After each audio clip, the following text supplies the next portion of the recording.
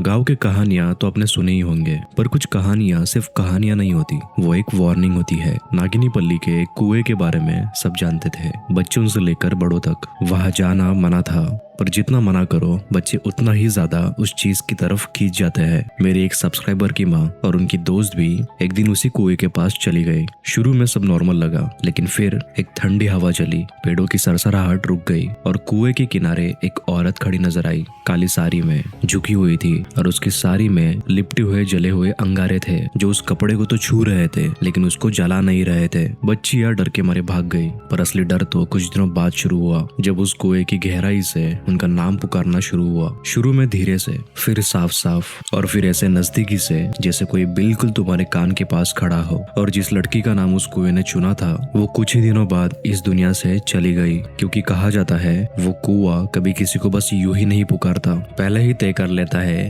कि उसे कौन चाहिए, और जिसे वो चुनता है उसे कोई बचा नहीं सकता।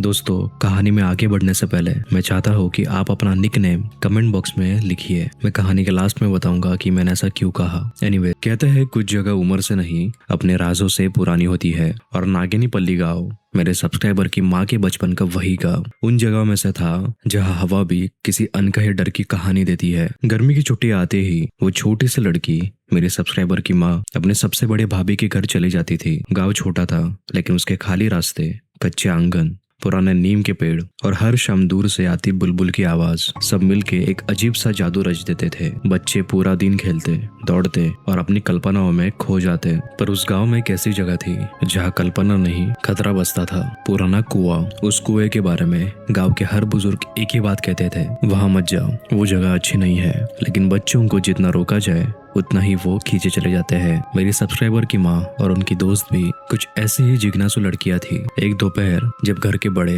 अपने अपने कामों में इतना व्यस्त थे कि उन्हें आसपास की दुनिया का एहसास ही नहीं था, दोनों लड़कियां चुपके से उस कुएं की तरफ निकल पड़ी। रास्ता सुनसान था और गर्म हवा एक अजीब सी सीटी बजाती हुई चल रही थी, जैसे जंगल के बीच किसी ने वार्निंग लगा दी हो। कुआं बिल्कुल वैसा ही था जिसे सब लोग कह रहे थे, पुराना, टूटा फूटा, और उसके किनारों पर सूखी घास बिल्कुल किसी अधूरी कहानी की तरह लग रही थी। तभी उनके पीछे से किसी भारी साड़ी के घिसटने की आवाज आई।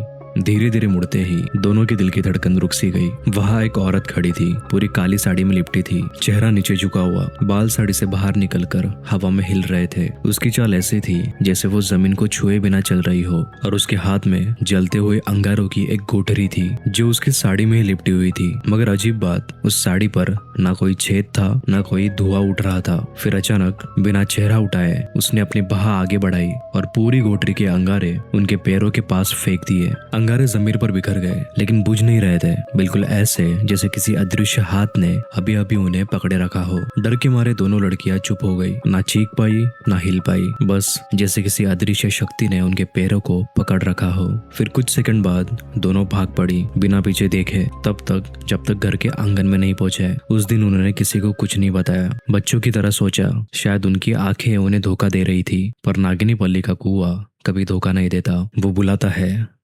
कुछ दिन बाद जब दोपहर की धूप धीरे धीरे ढलने लगी और गांव के लोग खेतों से वापस लौट रहे थे, दोनों लड़कियां फिर से उसी कुएं की तरफ चल पड़ी। थोड़ा डर था, पर उनके साथ एक अजीब सी खतरनाक जिज्ञासा भी थी। जो उन्होंने कुछ दिन पहले देखा वो सच था या कोई मन का भ्रम। कुआं इस बार और भी ज्यादा शांत लग रहा था, कुछ अलग ही शांति, जैसे कोई इंतजार कर रहा हो। अचानक कुएं की गहराई से बहुत धीमी, बहुत दूर से एक आवाज आई, अनीता।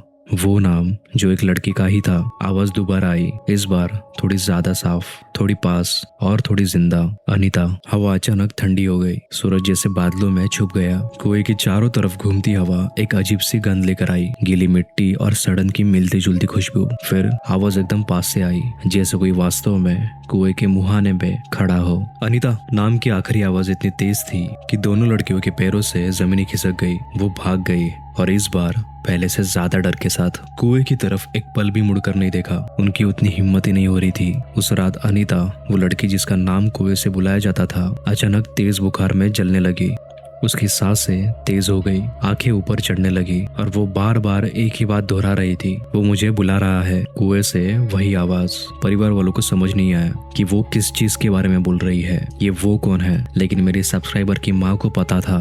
पूरी रात अनीता अपने कमरे में लेटी रही, किसी अदृश्य आकृति की आवाज सुनते हुए। वो आवाज अब उसके घर तक आ चुकी थी। हर कुछ मिनट में वो डर से कांप जाती और चिल्लाती, मुझे नाम से मत बुलाओ, मैं नहीं जाऊंगी, मैं नहीं जाऊंगी। गांव के लोगों ने टोने टुटके किए और मंत्र पढ़े, पर वो आवाज जिस चीज की थी इंसानी तरीकों से काबू में नहीं आने वाली थी। 3 दिन तक अनीता बुखार में तड़पती रही, खाती नहीं थी, होश में नहीं आती थी और बार बार एक ही तरफ घूरती रहती थी, जैसे कोई खिड़की के पास खड़ा हो और उसे देख रहा हो। तीसरी रात अचानक उसके कमरे में अजीब सी खामोशी छा गई और उसी खामोशी में अनीता के होठों ने आखिरी बार एक आवाज दोहराई, आ रही हूँ। फिर उसकी सांसें हमेशा के लिए थम गई। गांव के बुजुर्ग कहते हैं कि वो कुआं किसी और दुनिया का रास्ता था। वहां से जो आवाजें आती है वो किसी नाम को बेवजह नहीं पुकारती, जिसका नाम लिया जाता है वो उसके पीछे चला जाता है। आज भी नागिनी पल्ली में उस कुएं के पास कोई नहीं जाता। कहते हैं रात के सन्नाटे में वहां से एक धीमी सी पुकार सुनाई देती है, कभी किसी लड़की का नाम, कभी किसी बच्चे का, कभी किसी अनजाने व्यक्ति का और कभी कभी एक साड़ी की सरसराहट।